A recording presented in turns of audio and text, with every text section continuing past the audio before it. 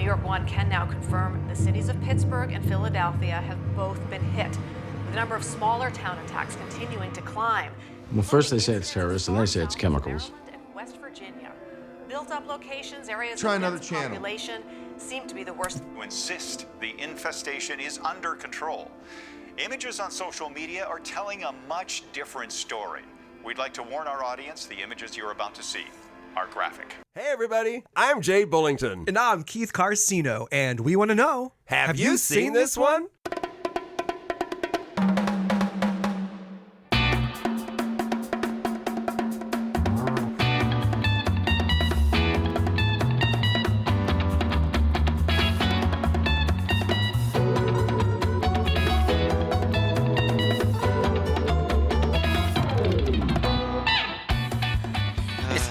Man, the weather has been so weird here. It's so cold. Really? Okay. Yeah. I mean, right now, if to go outside, I couldn't go outside in shorts. And this time of year, I mean, it should be shorts weather anyway. This is really incredibly boring talk again. Hello. Welcome to episode number 174. Hey, everybody. Welcome to the weather show. As you probably know, if you're listening, this is Have You Seen This One, a podcast where we make each other watch movies the other one's never seen. I'm Jay Bullington. And I'm Keith Carcino. And Keith, it's so good to see you, buddy. Man, likewise, man. I always look forward to just seeing you. The talking about the movies is an extra added bonus, I think. That's just an extra part of the fun. I know you can't see us because this is a podcast, but we're wearing the exact same T-shirt. It's hilarious. We're wearing our podcast T-shirts. Represent. That's how it goes. Yeah. So funny. Yeah. Oh my God. Okay, well, let's just jump into what's new. What's been entertaining you, Keith? All right. So Liza, my wife, got me into this. It's a limited series called American Manhunt, the Boston Marathon bombing. So 10 years ago, I think about a week ago, at the time of this recording, we just the 1 year anniversary of the Boston Marathon bombing took place. And as you know, the Boston Marathon is one of the most prolific, if not most famous, foot race in the world. Yeah. And these two Chechnyan boys young men had placed 3 pressure cooker bombs right near the finish line of the Boston Marathon, detonating it and killing, I think, 3. And then I think there was over 200 other people that were injured of some sort. People lost limbs. Wow. And then it was like a 102-hour manhunt after that, where there were some things that I saw on this, Jay, that that the news and media did not show. There were some things like I do not remember that definitely was not shown when I was watching the news. I remember this pretty well too. I remember how this told it. And everyone's pretty shocked that I'd never seen, but it's a crazy, interesting thing. It's a limited series on Netflix. I think there's 3 episodes. It's about 3 hours long, but highly recommended, especially if you're into this, true crime type stuff. This is one that you don't want to miss. Yeah, it was really interesting. Cool. There's one other one that I don't know why I do this to myself. I'm not like really. I think you might need therapy, Keith. I'm not sure. Maybe I am into this kind of stuff. Or maybe this is your therapy. Who am I to say? Who am I to say? This is the medicine. No. Yeah. There you go. There's this movie called Trauma. Have you heard of it, from 2017? Have you seen this one? I have heard of it, but I haven't seen it. It's pretty brutal. It's pretty intense, about these 4 girlfriends who all get together. Well, I think 2 of them are sisters, but they go into this like middle of nowhere place in Chile, which is weird because it's just south of where I'm living here in Peru. And they are like partying inside this house in the middle of nowhere, and then chaos ensues. There's some pretty crazy stuff that happens after that. Tell me there's no rape. I can't tell you that. See, I don't think I want to watch it. I've made up my mind that I just cannot. That is the thing I can't do. Yes. I get it. There is a famous horror movie called Irreversible that is supposed to be really amazing. Is it Spanish? I think it's is it from Spain? I can't, it's not from America, but it's a famous horror movie, but I cannot watch it because it's a rape. There's a rape scene that people say is the most harrowing thing they've ever seen on. Wow. And I can't do it. I can't do it. Yeah. I can't do I spit on your grave. I can't do it. I can't do the rape scenes. I just can't. That's my thing. I know our friend Kelly. Hi, Kelly. Hey, Kelly. Kelly can't do when the dog dies. The dogs, which we're going to be talking about later on. But anyway. Well, and I already warned her. Don't watch. Right? Yeah, I already warned her. Don't watch. There's a very brutal scene similar to the one you just described. We'll get to that. Yeah. You know. But no, I can't do the rape. I can't do the rape thing. So I don't think I want to see this. Okay, do not see it. It is, if you are interested in this kind of stuff, it is called Trauma. I was interested, I think, mainly because there was a little bit of discussion about it on social media, about how shocked they were of it. And I like some shocking stuff, and I'm always interested in that. I think that kind of but I do understand what you mean. This type of movie, just like a Serbian film and those types of movies, they just make me feel gross. Yeah, to me, a Serbian film was stupid. It was outlandishly brutal. It's shock value. It was all shock value. Let's throw the kitchen sink under the gas pedal, so to speak. Right. That's a really good way to put it. If you've seen the movie, you know what we're talking about. If you haven't seen the movie, don't watch it. You do not. Do not watch it. Please do not watch it. Don't watch it. Yeah. Do not. It's not. I do not recommend that one at all. Ugh. But it's little details like that do get some people like, whoa, why not? I want to see what it's all about. And you know, cheers. That's to fine. You if that's you like your own thing. But I just can't. You have been warned. Yeah. Listen, I would like to clean my palate of this. Do you have anything a little bit more uplifting? Tell me you've watched. Yeah, I do. Yes. All right. What have you been entertained by, Jay? Please enlighten me. I'm so happy to share this. I'm listening on Audible to Gina Davis's new book, Dying of Politeness. Dying of politeness. Ooh. Yes, this is the story of her life. And I swear to you, I have never laughed out loud so much listening to a book in my life. She has such a charming way of looking at everything. She cracks me up every 5 minutes when I'm listening to her. Is this on Audible by chance? Yes, it's on Audible. Okay. Dying of Politeness. It's Gina Davis, the Gina Davis. Oscar winner. I love her. Oh, she's okay. I am writing this down because it's Liza, so good. We have a driver that takes us to and from work each day, and it's about 30 to 40 minutes each way. And Liza's been listening to different books on audio. She's looking for other good ones. This one tell her like she'll love this. Liza would love it. It's so. Oh my gosh, it's so good. I can't, and I'm maybe a third of the way through it, but I tell you, I cannot recommend this enough. Okay. It is so good. Okay. With Gina Davis too. That's yes, awesome. Gina Davis, and she's love her. Just amazingly funny and charming, and it's really, really fun to listen to. Okay, thanks. Awesome. Okay, now on Netflix, there is a series that Rick and I watched, and I mean, we tore through this thing. I think there's 10 episodes. It's called Beef.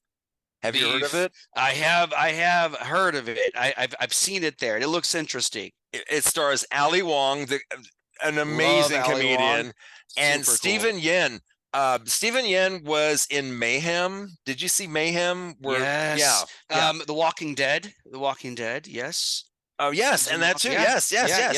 Yes. These, I mean, they're amazing. And it's about halfway through it, it just hit us. Oh, everybody in the show is pretty much Asian American. It just didn't even hit us till later. Oh, that's cool.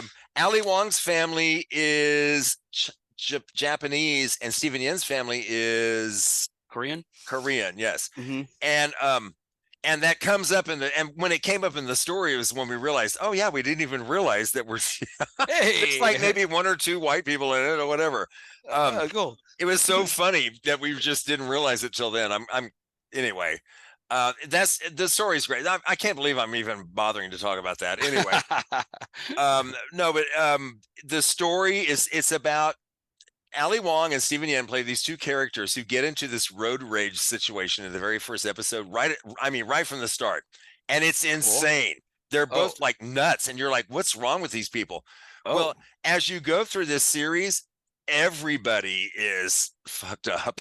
It's like interesting. every single character is like, I mean, even these two main characters who somehow these actors make you root for them, even though they're despicable. Wow, that's hard to pull They're off. so, but they're damaged is what it is. They're, and so then you kind of feel for them as well, you end up feeling even the people at first you don't like, then you find out more about them later. Like an episode will be like his mom, or I mean, her mother-in-law, and all of a sudden you realize what her life is really like. You were looking at her in a whole different way. Right. It's really fascinating. Yeah, really fascinating. What's the name of it again? It's called Beef, because they have a beef with each other. It's very well done. The acting across the board is stellar. Rick and I really liked it. Okay. I have to add that one to my queue as well. Now, the last one I want to talk about was a shock to me because I couldn't find anything else I hadn't seen. I watched Dungeons and Dragons: Honor Among Thieves, the new Dungeons and Dragons movie. Jay, there's nothing else better that you'd pick, really? I'd seen everything else that was showing. Okay. And I'm like, I want to go to the movies, so I'll go see this. Because I have that Alamo Drafthouse. That's right. That's season pass. So I can see a movie every day for like $2 with that thing, okay. I thought you meant that you were looking for movies on like no. It was like, I'm gonna go. Let me go. Okay. And I'm like, Nice. what the hell? I cannot tell you how much I enjoyed this movie. What? So much fun. Really? Oh my God. Okay, Chris Pine, Michelle Rodriguez, Hugh Grant is hilarious in this thing. Wow. Okay. I laughed along with the audience so much. There are so many funny scenes and things, and yet it was very touching, and I did tear up at one moment, I have to admit. Oh, really? Wow. I have What a never been a surprise. Dungeons Dragons fan. I'm not not into fantasy stuff. I'm not into Lord of the Rings or Harry Potter. I don't even care. I don't care for that stuff. I don't like superhero stuff. I'm tired of it. I did like the original Superman and Batman, and also the Spider-Man movies that the original Spider-Man movies. The first two, they were really good. The Tobey Maguire. Yes, Tobey Maguire. Tobey Maguire. Yes, right. yes. Those first two Spider-Man movies were really good, but otherwise, I like Deadpool. I like the humor in Deadpool because it's hilarious. Right. Of course. But otherwise, I'm not a superhero fan. Anyway, I get it. Dungeons and Dragons. I don't care if you like the game or not. It's a fun movie. Now, I've heard on a podcast, I heard that if you know the game, there's a lot of stuff that only you will get. So they put a lot of special stuff for the Dungeons and Dragons fans, which is, I think that's cool, whatever, I like, Easter eggs for them. But even if you don't know them, I'm telling you, I enjoyed the movie so much. I didn't know any of that stuff, and I really had fun. It was really fun. Okay, cool. Yeah. Interesting. Yeah. And I think it's a really fun family movie. It's really a thing that like the whole like you and Carissa could watch it. Okay. Yeah. Wow. Oh, great. Okay. Yeah. Even Carissa would like. Okay. Oh yeah, awesome. I think she would. And it's very female empowered. There's a couple of female characters that are really badasses that wouldn't be bad for her to see at all. It wouldn't be bad for her to see it all. Wouldn't be bad at all for her to see them women. Yeah, that's right. I think she'd like it. Yeah. Awesome. Okay. Yeah. I'll have to check it out. Okay. So our movie this time around from 2019 is The Silence. Correct. The Silence. Yes. Okay. Let's talk about it. All right. Something's happening. We can't stay here. Dad.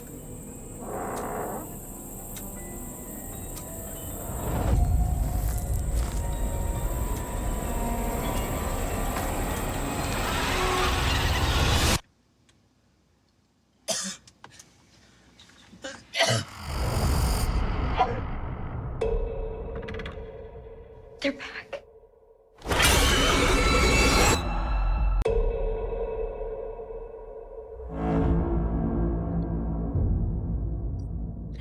Okay, so the movie this was Keith's choice. The Silence from 2019, directed by John R. Leonetti, starring Stanley Tucci. Stanley Tucci. I freaking love Stanley Tucci. I love everything he's in. Even if the part is minor, I still love him. He shines no matter what. No doubt. He's so honest in his performances. Right. He really is. Big Night, Spotlight, The Lovely Bones. Kiernan Shipka, who I am a fan of her. Which one was this one? The daughter. The daughter. Okay, yes. Kiernan Shipka. She was the daughter in Mad Men. I don't know if you watched Mad Men. I have not. Oh my gosh. Oh, Keith, you should watch Mad Men, the series. It's really I've fun. Heard everyone who watches it. Yeah, I think you and Liza would like that. Yeah. She was also Sabrina in Chilling Adventures of Sabrina. She was really good in that. And then John Corbett, who you may not know him that well, but yeah, because you're not old enough to remember the show probably, but he was in a show called Northern Exposure. Yeah, John Corbett. Set in Alaska. Oh, he was the friend of the family. Yeah, in this movie. In this movie, he was the friend of the family. They called him Uncle. I've seen him in something else. What was it? He was in My Big Fat Greek Wedding. Yes, he was the boyfriend, fiance, husband in that. He was very cute in that too. I don't know why he hasn't had. He's so attractive and he's so a very likable. Good-looking guy. He's in a bunch of stuff, just not a lot of mainstream stuff. Not a lot of big hit stuff. Yeah. Right. And he's done a lot of TV stuff. He's done a lot. Yeah. Most he of did a lot of television. Yeah. Okay, so a quick summary. When the world is under attack from terrifying creatures who hunt their human prey by sound, 16-year-old Allie Andrews, who lost her hearing at 13, and her family seek refuge in a remote haven. It's a 2019 horror film directed by, as I said, John R. Leonetti. The screenplay is by Carrie and Shane Van Dyke, adapted from a 2015 novel by Tim Levin. Oh, okay. Okay, and that will come into play when we talk about behind the scenes later, the novel and everything. Oh, okay. Now the idea though, it's been done many times. In fact, even recently, right? We have like Bird Box Bird Box more about sight, and then In the Tall Grass. Not really. But the other one I'm thinking about is the John Krasinski one, A Quiet Place. Thank you, A Quiet Place. Very similar to that. This one reminded me. Even with a deaf character. Exactly. Yeah. Exactly. Yeah. It was okay. And I guess a deaf character does give you a huge advantage that you don't have to speak to communicate as much. You can get a lot more across when you and your family know sign language. Conveniently, the family knows sign language.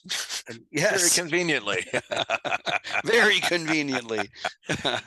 So in the beginning, a cave research team, they unearthed this unknown species of, they're kind of like pterosaurs, the pterosauruses, But people call them vesps, VESPS, plural. Yeah. And they find them in a mine, and they violently kill these researchers and then fly out of the mine, and then they seek the noisiest areas.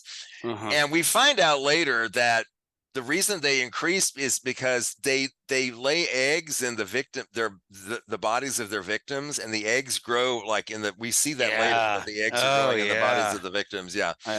Almost like the thing just reproduces and turns. So does that mean then that it mixes with different types of animals? And they don't get into that. They could go a lot of different ways with this. They didn't bother with that. Yeah, but they look like almost like a small like gargoyle / bat kind of thing. Yeah. And they make cute sounds. They're not scary sounding. They're like they're like a bunch of birds. They're like large hawks, eagles, right? Yeah. Sorry, the sound was not scary at all. Not at all. Not at all. And I think they thought it was anyway. So Allie Andrews, a teenage girl, she lost her hearing at age 13. It was a car accident. She lives with her parents, Hugh and Kelly, and her grandmother Lynn, who we don't know right away, but she has terminal lung cancer. And then her brother Jude and a pet dog. We don't. Did you get the name of the dog? I didn't get the name of the dog. I don't remember. Well, let me check the credits. I know, right? I don't think so. I don't know. Okay, so for a really long time, they set up the fact that she can't hear, blah, blah, blah. This guy thinks she's cute. It's like, where are we going with this? Yeah. The setup really took a long time. as It far as did. getting It to know did. I mean, I say, okay, we know these characters. Because this is supposed to be a horror movie. Let's kind of move into the horror. Let's Okay. get to it already. So they spent a little bit too much time on just Ugh. character development. Right? Them walking along the street chatting. I'm like, Yeah, oh my not God, are you necessary. kidding? All right, come Yeah. on, get to it. Let's hear it. Yes. Yeah. So finally the outbreak happens. I mean, not good for them, but good for the viewer, Right, but yeah. even the outbreak itself, I don't know. I thought they could have done a better job with like showing how it just blew out of proportion. Yeah, Because it wasn't.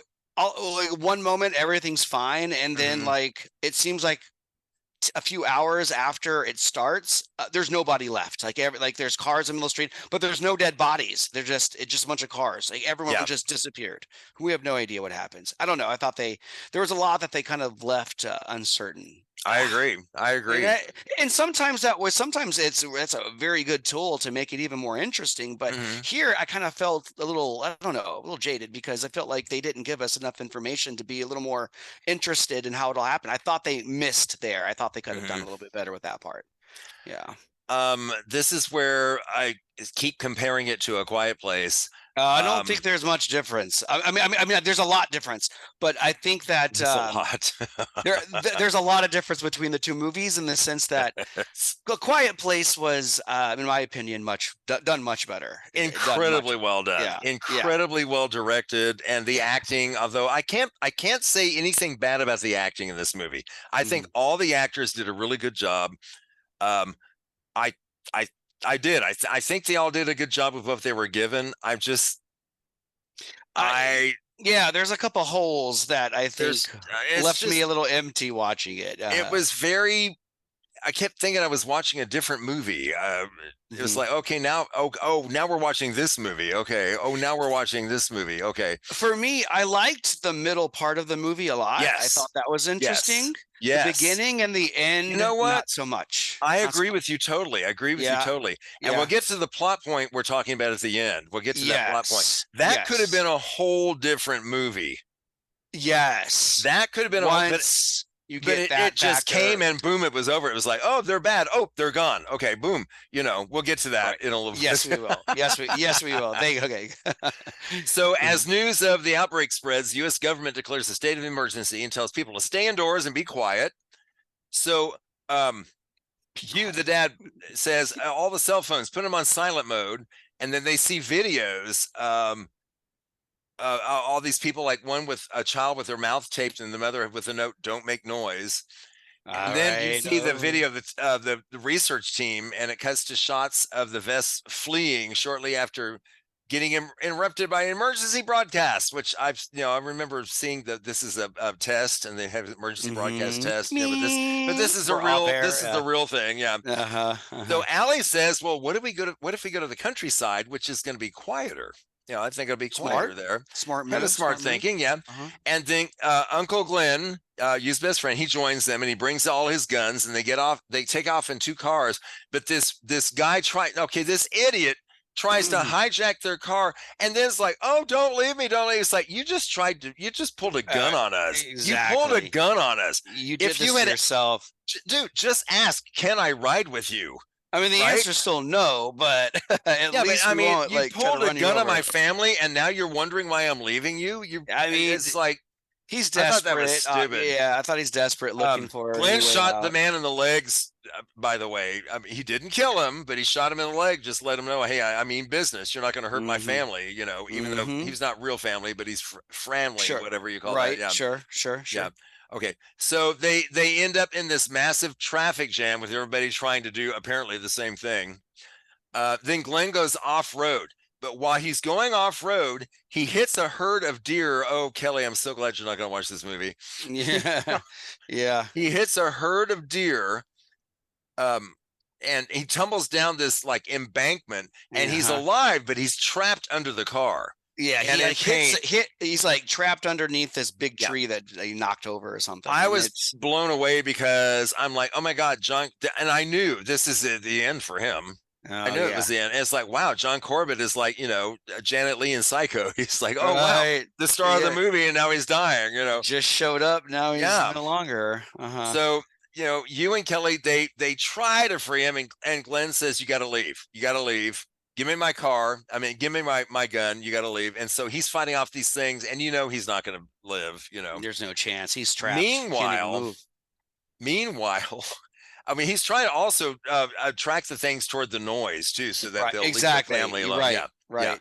That's a good move. And the dog keeps barking. The dog keeps barking. Man, and that dog is going to be the end. Yes, as any dog would. I have to tell you, I have 2 dogs. I love them, but watching this movie, I would do exactly what he would have done. You have to. And he sacrificed his dog to the beasts because he knew his family's safety was in danger. What a tough decision. I mean, he had to do it. If you don't, everyone's dead, including the dog. Yeah. So you got to send the dog out. I'm sorry. Yeah. And Kiernan Shipka's character, Allie, she's mortified, she's horrified, but later on she understands him. You had to. I'm saying this as I'm like looking at my dog right now. I know, right? I know. So peacefully, sorry, horrible. Baxter. It's horrible, but you have to let him go. I mean, it was a dog bark. I mean, they were whispering, and those vests were still hovering around them. Like, what does that sound? They have super hearing. Attracting them so much, and they had to let him go. It was awful. So that was awful. And you can't make noise when you cry and show emotion either. You have to hold it all in. And which takes me back to A Quiet Place when Emily Blunt is having a baby while these creatures are outside. I mean, that movie outdoes this movie in so many ways. Oh my God. It really does. You're right. So anyway, Yu leads the family on foot after setting Glenn's car on fire as a decoy. And Lynn can't keep up, and her coughing. She's coughing from this lung cancer, and it puts it's attracting these creatures, and she's putting the family at risk. But they do find a house. They find a house with a locked gate, and the homeowner apparently not knowing what the hell's going on in the rest of the world. Because why would you come out there screaming with a gun if you knew what was going on? Exactly. I thought the same thing too. Like, who in the right mind? To what was going on? Yeah. And she comes, it's just stupid. Absolutely clueless to what was going on. And when she threatens them with a gun, when she yells, of course, the vests tear her apart. So they use a storm drain to get into the house, to bypass the fence thing. And then, something happens when they're going through that. A rattlesnake appears in front of Jude. Which again was another part that I was like, just what? Because it was like they threw stuff in just to fill time. Right. And Stanley Tucci just went through that same passage. There was no stake when he went through the first time. All of a sudden now there's a snake in the middle of it to throw things off. Where did that come from? Yeah, it was anyway. It was a little far-fetched. So Yu distracts the vests by turning on a wood chipper, which makes a lot of noise, and they all fly into it, of course, and then get eaten up. So it's like, well, there's a few that are gone, but that doesn't. And I'm also thinking, why didn't they use that wood chipper more? Like, what a great leave it on. Just leave it on. Leave it on. Right? Leave it on. They will come from miles around. Yes, just leave it on. Let them turn your wood chipper on. Stand in line to be chewed up, a la Michael Myers recently. Okay, so Allie is finally able to contact her boyfriend, Rob, who unfortunately tells her that his parents are dead. They've been killed. And she also learns that some weird religious cults have sprung up in the wake of all this stuff. Now, I didn't catch that she learned about this before they actually ran into that guy. But we'll talk about that. Okay, so by the next morning, Kelly was attacked on the leg, and her wound is getting infected. So Yu and Allie, they go to try to find antibiotics. They have to. If not, otherwise she's dead. She'll die. It'll go to her heart. Yeah. So when they're at a store, just like in The Quiet Place, when they went just like it, But again, The Quiet Place, they even did a better job with the toy. Yes. In this one too, God. Right? So this is where Allie though sees the vesp eggs growing inside the corpses in the store. She's like, oh, this is where they're reproducing. And then. Okay, a tongueless reverend of a cult tries to recruit them, but Allie and she's like to her dad, she's like, this guy's weird. She signs to him, right off the bat. And he looks very strange. Now, did you know he was tongueless? I did not know he was tongueless. I did see that they did cut They did cut the tongue out of one of them, but they didn't make it.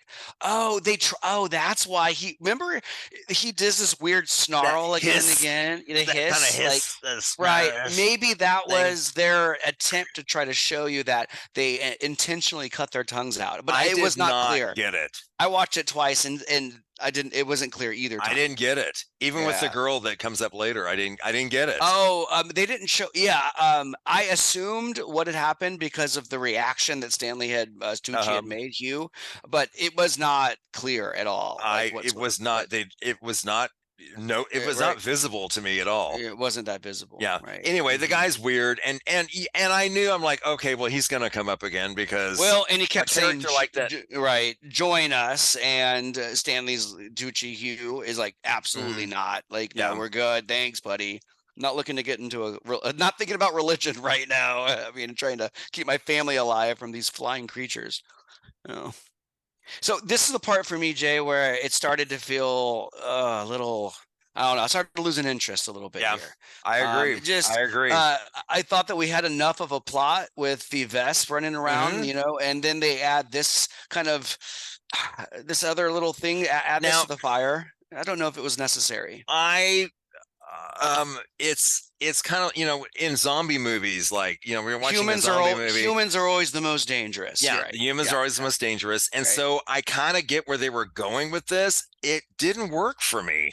No, it also didn't work. It takes the focus away from the Vest, which was like your moneymaker. It's a bread and butter. You got to stick with that. It really changed the movie. I mean, it really is like, oh, this is not the same movie anymore. And And we find out what he really wants when we come back. They will return. Obviously, they're going to come back somehow before it's over. But this is like the third. This is like if you break this movie up into 3 parts, this is where the third part starts. Right. This is where it starts. Okay, so they do find the antibiotics, and Kelly recovers, and then Allie learns on the internet, which they still have access to at this point, that vesps cannot survive in the cold, so they think, well, we'll head north. Okay, we'll go where it's cold. Smart. So the Reverend, though, finds where they're hiding, of course, somehow tracks them down, and shows up with his followers. I would say, what, 5 people? Five. Maybe people, like 2 men and 3 women. And one of them looks like a little girl, maybe about a young woman, young teenager. And he wants to. All he cares about is Allie because she is fertile, as he says. Which is creepy as F. No kidding. Like, all right, listen, we're interested in your group because the young one's fertile. It's almost like okay, so now not a good angle. And I'm looking at Stanley Tucci, and I love Stanley Tucci, but this is the only time I looked at him and thought, you were not the right guy for this part. Why not? Really? You thought that? I thought he did a good job. Really? I think he did a good job, but I just like, you can't speak. You have to show your. Would you think he wasn't like frustrated enough, or that he? Well, we're at this point in this movie where this is going on, and I want to see John Corbett as dad instead. I want to see somebody bigger that can take care of her better. Okay, got you right. But at this point, I'm thinking, okay, this is turning into like an exploitation movie, which I guess all movies are in a way. It could have gone to that, but not in the traditional sense. Anyway, it was okay. This movie, okay, here's if they hadn't taken this movie so seriously, this could have been really funny. I think you can say that with meaning they could have like really gone over the top with everything and been so silly that it's like, oh, okay, I know she's gonna be okay because this is that silly movie. They're gonna act like this is gonna happen. No, he's gonna, because in that kind of movie, you're like, I know she's gonna be all right. Yeah, no, there's very little humor in this movie. Well, no, and it's not supposed to be humorous. I'm just saying, that's an approach that I think might have been fun, but I know they wouldn't do that. They think it's too serious. Right. Anyway, so he brings out his gun. He does get the followers to leave momentarily, at least. And then Rob lets Allie know that he's heading north to a place called the Refuge. Apparently there's a place where these things go and then they die because it's so cold or something. Right. So you and Kelly, suddenly though, a young girl is at the door in the middle of the night, and after they let her in, they find out that she's a member of the Tongueless cult. Because where else would she be coming from? Of course she is. I knew this, but I didn't get the tongueless thing. Still, I didn't get it. Right. Well, they she had opened her mouth and they all went, and I'm like, what was wrong? What's wrong? Well, that's the thing.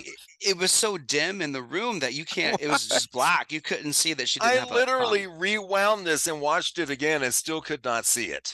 I can't see it. And then when I found out about it by reading about it, I went back again and looked at it. I still can't can't tell what's going on in there. Yeah, that's a mistake made by someone. Should have said, "Oh my God, she has no tongue."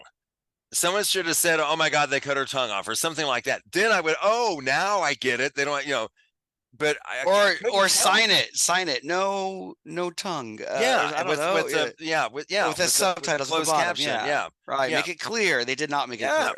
Anyway, which, would have been better. They find out that these people have strapped cell phones all around her, and they're all going off and attracting the vesps. She's like a walking bomb where these cell phones are attracting all the vesps. Yeah, she is. She's it's a suicide bomb, basically. Well, it's also real stupid to do too, because the only reason you have interest in this family is so that you can kidnap the girl. Oh no, this guy wants control, and he's like, oh. Okay, you're not going to let me have her. Well, then I'm going to kill all of you because I'm in control. Okay. I'm actually giving this a lot more credit than it deserves. I was going to say you really you really nailed down the ideas of this film has to offer, Jack. I'm impressed you gave it this much thought. Oh, thank you. That as Paul would say, PA plot analysis. Way too much. So they were able to get rid of all the phones. They put them underwater so that they all are dead. So then the cult members do get Allie, but Grandma Lynn runs outside to help her, and Lynn holds all the captors down and screams so that she sacrifices herself to save Allie. They did make that more obvious. It's a hard thing. I think that's part of the challenge of this type of movie is that you can't rely on dialogue. No. But remember the last movie you had me watch, Sunrise, right? Had no dialogue, but they still did such a great job of being able to pull off what's happening in that movie. In this one, I thought it fell flat in some senses. But in this case here, you could tell that the old woman, terminal cancer, knows that my end time. They even had a conversation earlier in the movie where it was like, you should just leave me and let me go. But come on. That was a little more foreshadowing. It was not a surprise. It was not. Right. It was but it was the right thing to do. All the vests come and tear her apart. And of course, the mom and the daughter and the granddaughter cannot scream or show any emotion, otherwise it'll attract the best of them too. So that was a pretty harrowing moment. But again, if this is the climax though, I just felt a little disappointed. I don't know. I'm telling you, when they kill all the cult, including the Reverend, and when he dies, it's one of the most unsatisfying villain deaths ever. They didn't show it at all. All they did was show him he's gone. Okay. And that's it, right? Okay, now let's, next morning, they're walking to the refuge and find it. Yes. Sorry, the very last scene was was reminiscent of Hunger Games, where Katniss is walking through the woods and picking off vests with her bow and arrow, right? Very Hunger Games-esque. She's like, she wonders whether the vests will adapt to the cold and whether humans will adapt to a soundless lifestyle like she did when she lost her hearing. It's okay, whatever. So this was released April 10th, 2019, on Netflix. It was a Netflix movie, and then it actually was released in theaters in 7 countries, and it grossed 2.3 million. Okay. I'm sure it cost a lot more than that. Oh, no doubt. It really obviously, it has similar elements to A Quiet Place, 2018. Which stars Stanley Tucci's sister-in-law, Emily Blunt. Isn't that funny? Oh, I didn't realize they were related. Oh, that's cool. So, you think this movie would have been better without The Quiet Place? Or you? Well, here's the thing. The book came out in 2015, and the film began shooting in 2017, both before A Quiet Place was released. So they literally, it's one of those weird things where it happened. Right. They were not, even though all the critics criticized them for trying to imitate A Quiet Place. They really were the originators. They really weren't. They were doing a whole separate. It's really funny that happened. I mean, I think if I did see this first and then saw A Quiet Place second, I think I would clearly still prefer A Quiet Place. It's done so much better in so many different ways. Such a great piece of work. Yeah. By the way, in the pharmacy scene, where they're going for the antibiotics, one of the corpses is Tim Levin. He's the author of the book that this is based on. He played a corpse in that scene. Oh, cool. Okay. And Miranda Otto, who played her, she was the grandma. Okay. Her and Kiernan Shipka also worked together in The Chilling Adventures of Sabrina, but they play niece and aunt in that one. Niece and aunt. Miranda was the mom. Mom. Oh, she was the mom. Okay. Yeah. So the one who played her mom was actually her aunt on Sabrina. Okay. Yeah. Miranda Otto. She played a really fun character on that too. Yeah, they were fun on that. I liked them much better on that. Right. Sure. So critics. I've got three quotes here. I doubt they're all that good. Charles Bramesco from The Guardian says, "This is the most insidious type of knockoff, the one that sincerely expects you to believe that it's the real thing. Leave it to Netflix to take the fun out of incompetence." Ouch. No, what a slap to Netflix, man. Ouch. But calling it a knockoff, even though it really wasn't a knockoff, they weren't trying to imitate it. It just happened to come out, Allison Foreman from Mashable said, "Rather than settling for following a successful formula, the silence pushes the tried and true premise from its upsetting origins to its unthinkable limits." So she actually liked it. Okay, she's but that liked it. She's a realist, though. She still sees its shortcomings, but I wanted to do a positive review there too. Yeah, thank you. But this movie wasn't, like you said, it's not a knockoff. They were trying, yes, it's missing some ingredients because the recipe hasn't been written yet. They're helping to write it, and I think that with time, trial and error, you can get it right. And I think, the Quiet Place found a way to smooth the rough edges that this one kind of presented. But there are a lot of that's a nice way to put it. This is my favorite quote. This is my favorite one. Christy, I think it's Pucko. I'm sorry, Christy, I'm not getting your last name right. From IGN Movies. "Imagine A Quiet Place, but deeply mediocre." Nailed it. I mean, don't need it. Yeah, that is so succinct. I mean, that is totally wow. Perfect is that. Succinct is another great way to describe that to review. Oh my God, it's so funny. Deeply disappointed. So the scores. Let's talk scores. I did see the score here. It's mid. IMDb is 5.3. Yeah, wow, that's low even by their standards. Oh, you think that's low? Listen, Rotten Tomatoes, tomato meter 29%. 29%. Okay, close. Audience score 25%. Wow, 1 in 4, man. You're a man of the critics this time. It's not saying much. It's not saying much.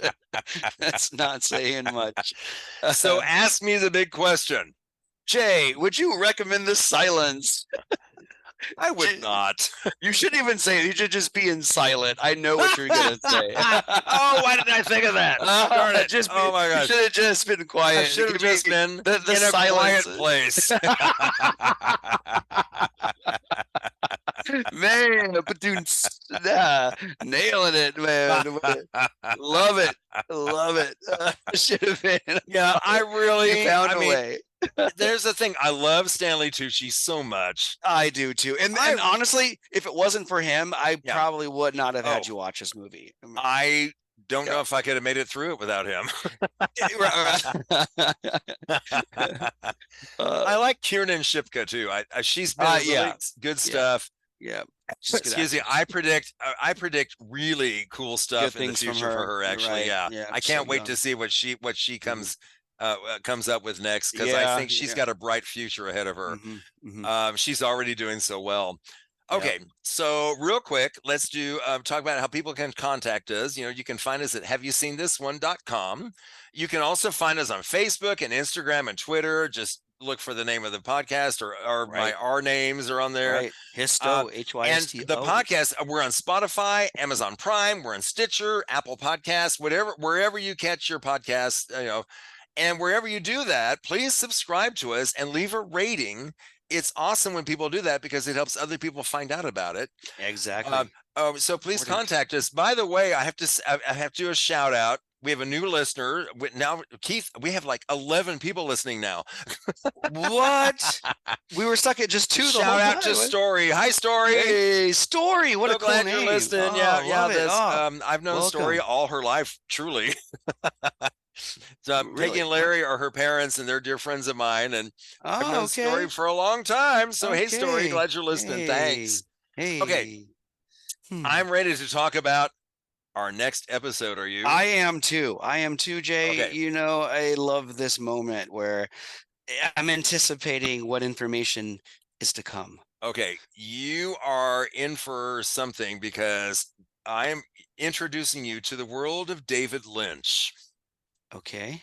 And we're going to watch his first film, the famous 1977 film Eraserhead.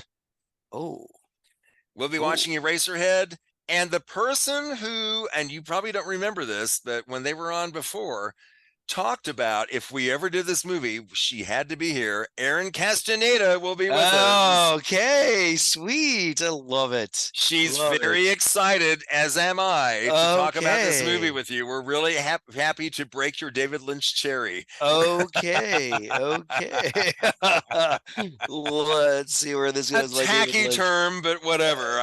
We're excited. And this is just the beginning, because David Lynch, the whole world of David Lynch is like an experience that you have to have. There's a couple movies that I would describe definitely as horror films that your mind is gonna get blown, but that's later. Let's start with his first and famous film. I'm excited. That'll be episode number 175. Okay, I know. I've heard of it. I know. I've never heard any. know. That's all that I know. I don't know anything else. When you and I talked about Skinamarink, it really planted the seed, because I thought Skinamarink was very David Lynchian. Okay. In a way. Is it horror? Is it a horror movie? Yes, I would. Yeah. Okay. I would. Yeah. I guess I would call it a horror movie. I am very intrigued. I think yes, definitely. I think I would call it. Yeah, a psychological horror film. Psychological horror. Okay. I would. Great. Yeah. I typically like these types of movies. So I'm looking forward to it. Dude, I cannot wait. I can't wait. It's going to be so much fun. We'll have to talk about it. Okay. Oh, we will. Okay. So in 2 weeks, we'll be back with episode number 175. We will do that. Until then, I'm Jay Bullington. And I'm Keith Carcino. And y'all keep watching those movies.